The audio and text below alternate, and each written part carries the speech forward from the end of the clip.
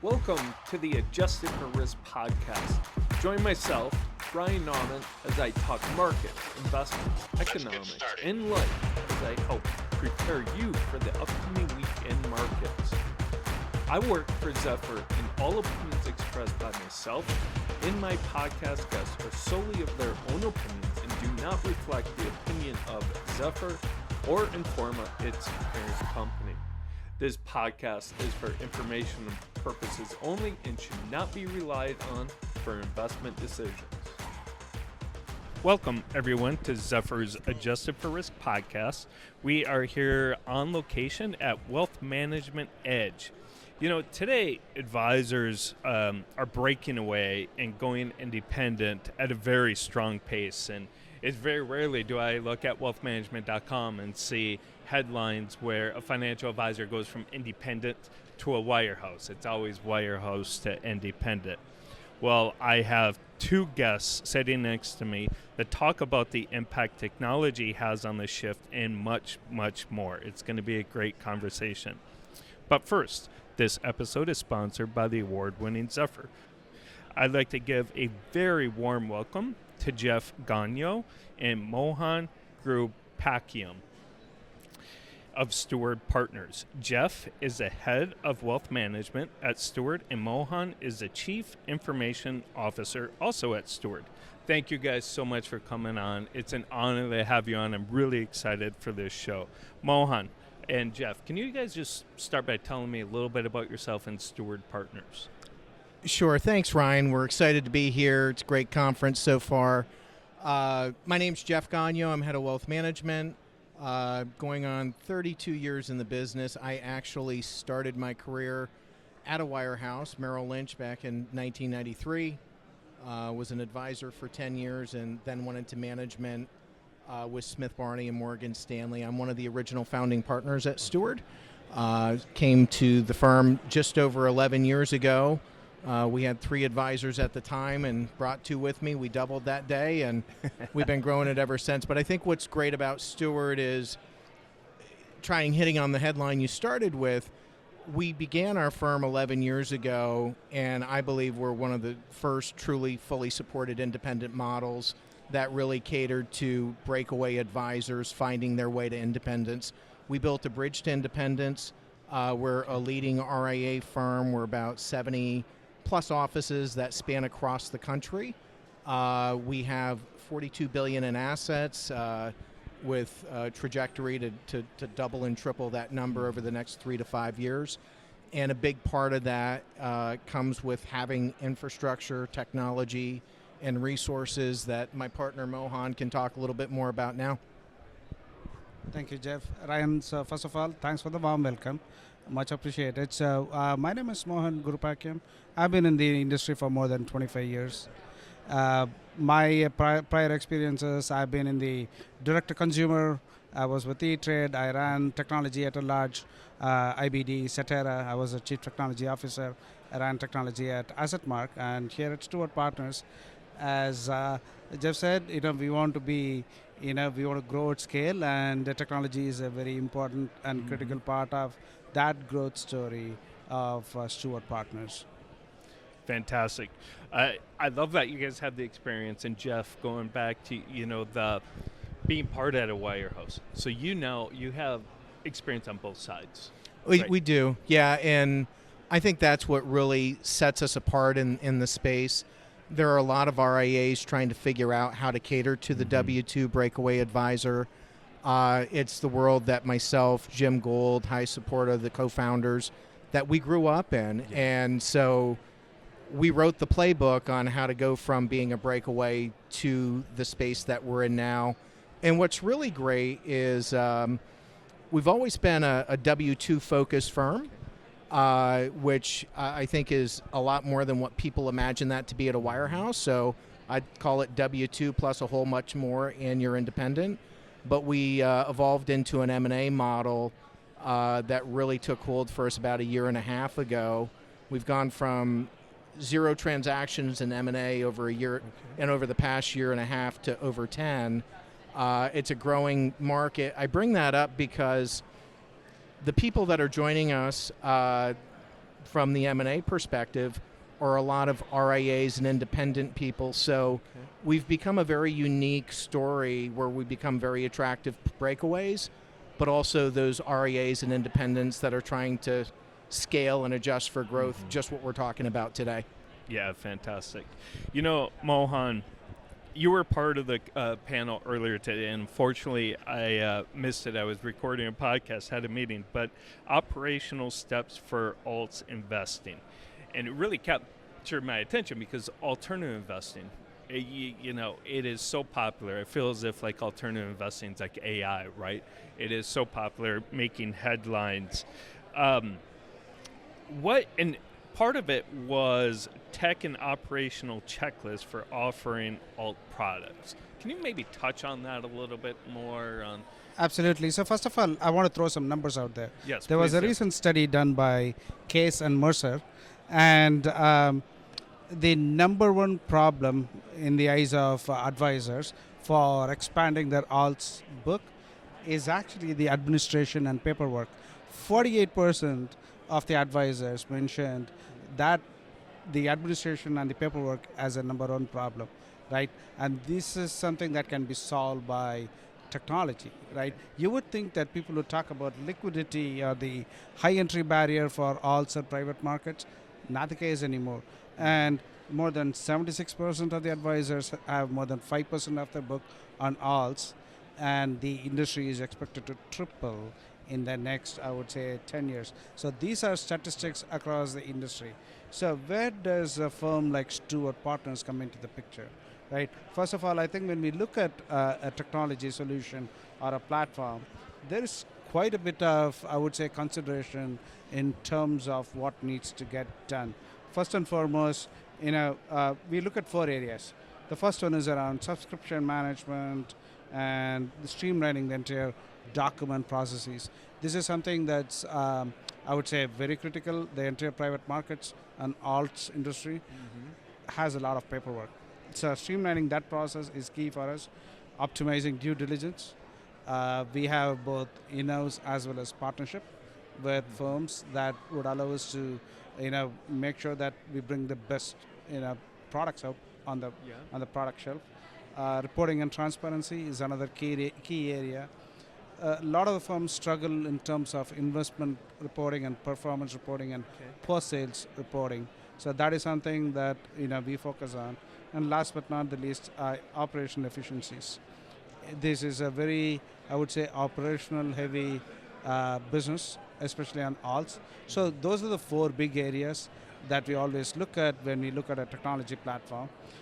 What Steward brings to the advisors is a turnkey solution in terms of bringing in an alternative platform where we have pre-vetted, I would say, investment choices, but also provide the advisors and their clients the capability to basically be able to seamlessly get in and be able to trade in alts, whether it's a drawdown fund or an evergreen fund, the different options available. So we have, a lot of RAs would struggle to basically put in that kind of, I would say, time, money, and effort, and the human capital to build a platform. So Steward Partners, with its scale, obviously, we are able to bring that level of sophistication for our advisors and their clients. Mohan, that's fantastic because, at Zephyr, the investment analytics, I've done a lot of research on alternatives and the impact alternatives have on a client portfolio, investment portfolio, making it more optimized and diversification. That's well known, right? And the impact alternatives have. So I'm really glad you brought up the technology part of it, because I don't think people really realize probably that all the technology or the paperwork that's involved with alternatives.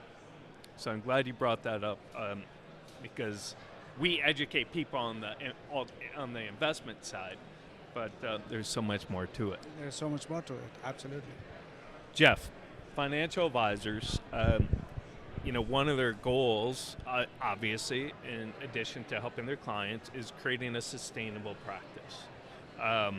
Something that, maybe they can go on a week-long vacation or something and not worry about their practice, a big issue with it. So, do you have some tips for financial advisors in creating a sustainable, successful practice?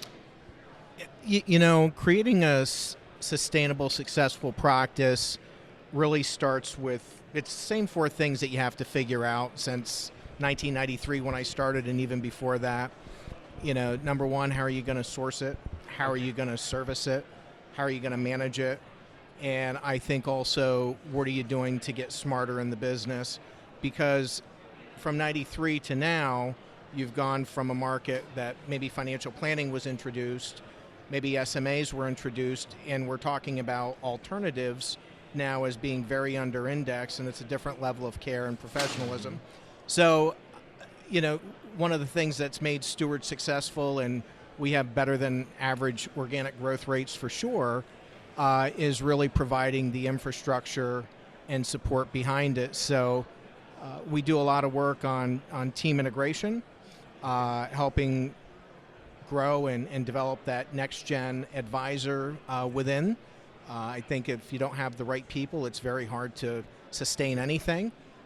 You have to have the systems to measure it. Mm-hmm. You have to have the tools that allow you to do it more efficiently and at a higher level. There's a great tech stack that we've developed that goes beyond just eMoney and Money Guide Pro. It's tools like estate planning and other things that are going to drive portfolio optimization. So I think it's bringing all of that together in a seamless way that is available at your desktop.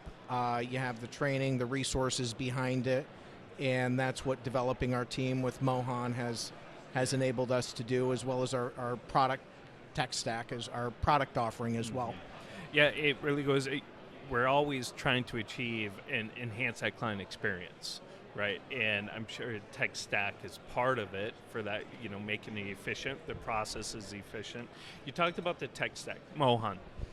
I feel it's so important, especially going independent. And Steward Partner, you're probably not fully independent because you have support and stuff like that as Steward, as a financial advisor. But what should a financial advisor consider when building that tech stack? To me, with all the products and vendors out there, it's got to be daunting, right, of everything that they can choose from. Do you have any tips?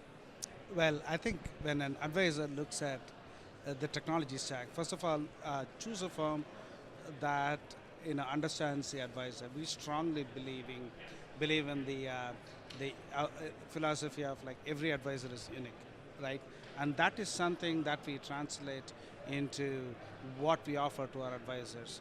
When we talk about supported platforms, you're not just throwing a platform at an advisor. Mm-hmm. There is support that goes behind it, whether it's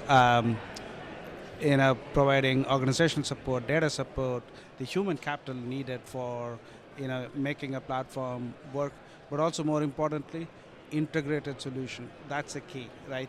When you walk into an RIA office, a smaller RIA is juggling between 10, 15 different tools out there, right? Where firms like Steward Partners can excel is we bring in it's not just a technology, it's more importantly the human capital that you need to have an integrated, seamless solution for our advisors. But we will not forget the very important fact, which is every advisor is unique, and we will try and basically build a bespoke solution if needed for every one of our advisors. Yeah, it's interesting you brought that up because we often think, the client is unique and everybody's got to have their different personalized investment portfolio. Well, I'm glad you said, same thing for financial advisor. Everyone's unique. They might want a different tech stack. All of the discussion points with the clients, being able to push that information into a CRM solution that's holistically capturing all of the interaction. I would highlight two areas. One is data preparation. A point in case would be, you are transitioning or you want to bring in more assets. The amount of information that an advisor would need, you could instead drag and drop a statement from your previous firm and be able to bring in all of the data, something that would have taken the client 4, 5, 6 hours in the past. That is a place where I would say artificial intelligence has come in and played a big part. Yeah. And last but not the least, operational efficiencies.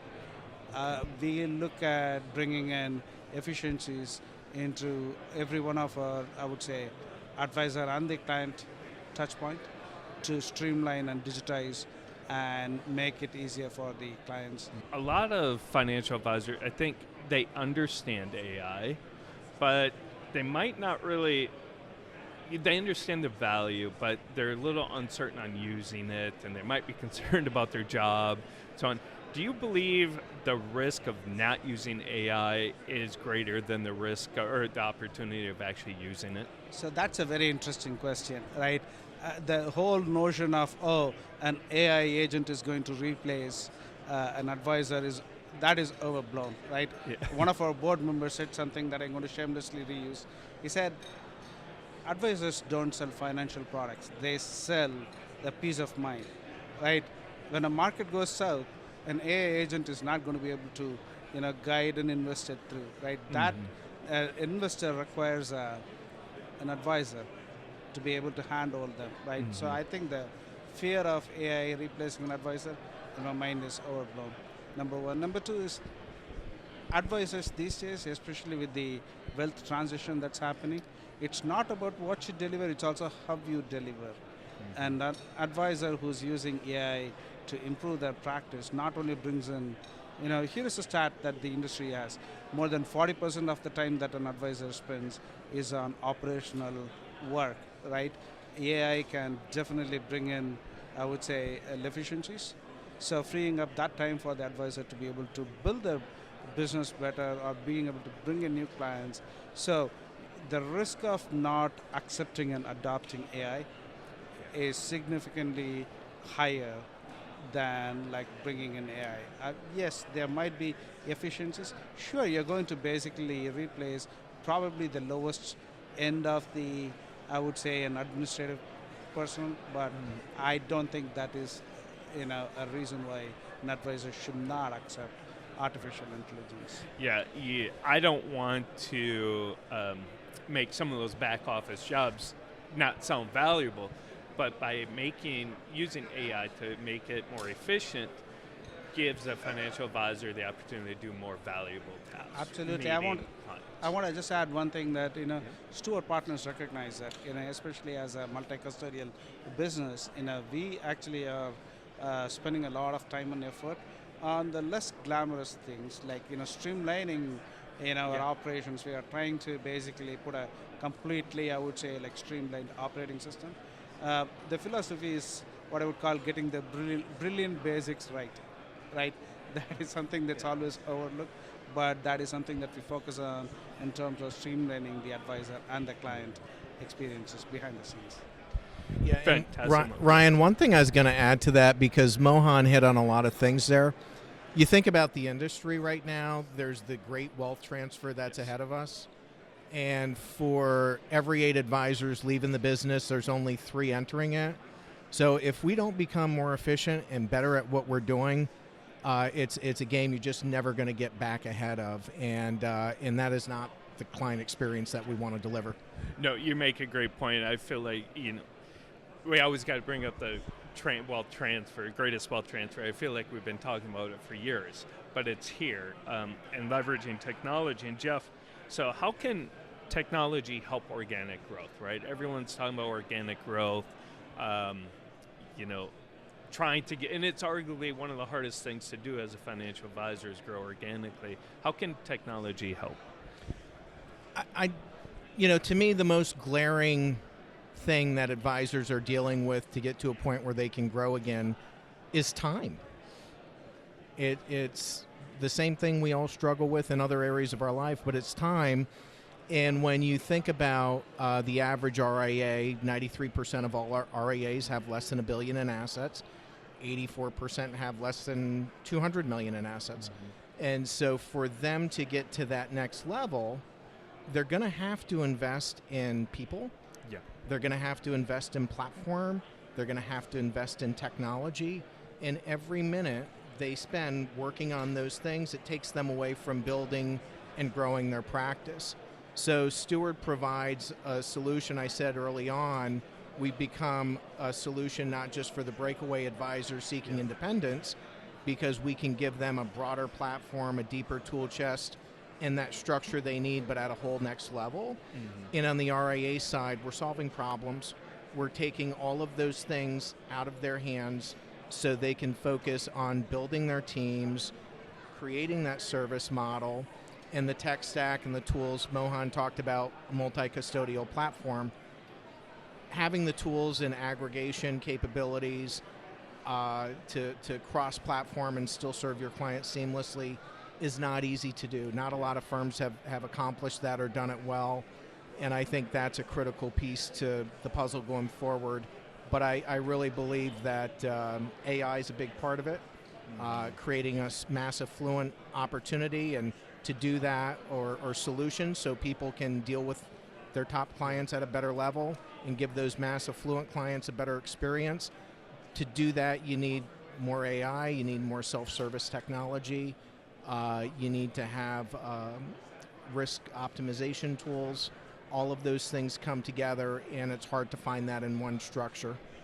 Jeff, you make a good point, and I'm glad you brought up too. We're talking about AI, and Mohan said it too, about investors shouldn't be concerned that, or advisors shouldn't be concerned about losing their job or anything. But you then brought up investing in your people, right? And I feel as if you can invest in AI and invest in people. It's not one or the other, but to think of it too as an investment, not as a cost and expense. Back to you, Jeff. Lastly, you talk to a lot of financial advisors. What's their biggest frustrations with technology? Honestly, some of the biggest frustrations with technology is having a team and support group around it to simply understand it and put it to use. Okay. I think, as we're looking at the financial advisor of the future, as we're thinking about that service model ahead of us, a lot of it is simply adaptation.